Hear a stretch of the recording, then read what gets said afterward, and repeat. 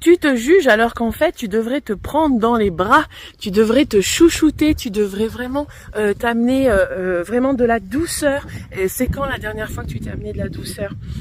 Parce que plus on va être négatif avec nous, plus on va être, comment dire, dans le contrôle, dans la maîtrise, dans la coercition, moins justement notre corps va nous faire confiance, notre inconscient nous fera confiance pour gérer des situations. Et c'est comme ça que lui va prendre le pas sur nous. C'est-à-dire que toutes nos peurs vont prendre le pas sur nous, que toute notre colère, toutes nos émotions prendront le pas sur nous. Alors si on les écoute, ces petites émotions, si on est en lien avec elles, eh ben tu vas voir que tu n'auras plus besoin de bouder ou tu n'auras plus besoin de sortir des excuses de mauvaise foi ou des excuses d'auto-sabotage parce que finalement toutes les parties en toi vont être écoutées et vont être justement entendues parce que c'est comme ça qu'on écoute ses besoins, n'est-ce pas?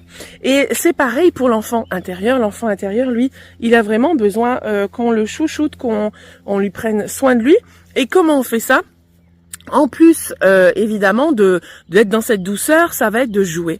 À quel moment tu t'es arrêté de jouer? À quel moment tu ne fais pas les choses qui t'emballent dans la vie?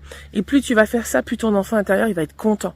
Et au départ, moi, par exemple, quand j'ai dû travailler cet enfant intérieur, quand c'était le moment pour ça, eh bien, je m'imaginais avec la petite Julie avec moi et quand on faisait des activités ensemble, alors j'étais toute seule évidemment, mais c'était vraiment cet imaginaire de la petite Julie qui justement venait à côté de moi et on jouait, voilà. Juste la conscientiser, c'est pas faire apparaître quelque chose, c'est pas de la magie, c'est pas de la sorcellerie, c'est juste imaginer que la petite Julie, elle est en train de s'éclater en même temps que ce que je suis en train de faire en tant qu'adulte. Et tu vas voir, c'est une super idée pour travailler ton enfant intérieur.